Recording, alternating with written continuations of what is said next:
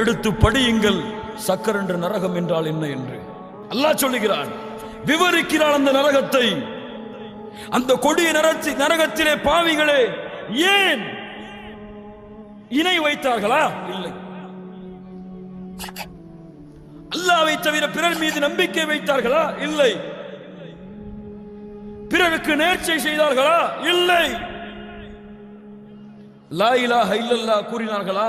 ஆம் கூறினார்கள். முஹம்மது ரசூலுல்லாஹ் கூறினார்களா? ஆம் கூறினார்கள். யார் அவர்கள்? அப்படி என்றால்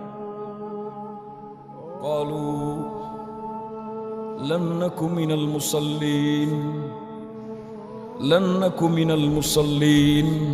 يا رب, ஏன் இந்த சக்கர என்ற நரகம் தெரியுமா?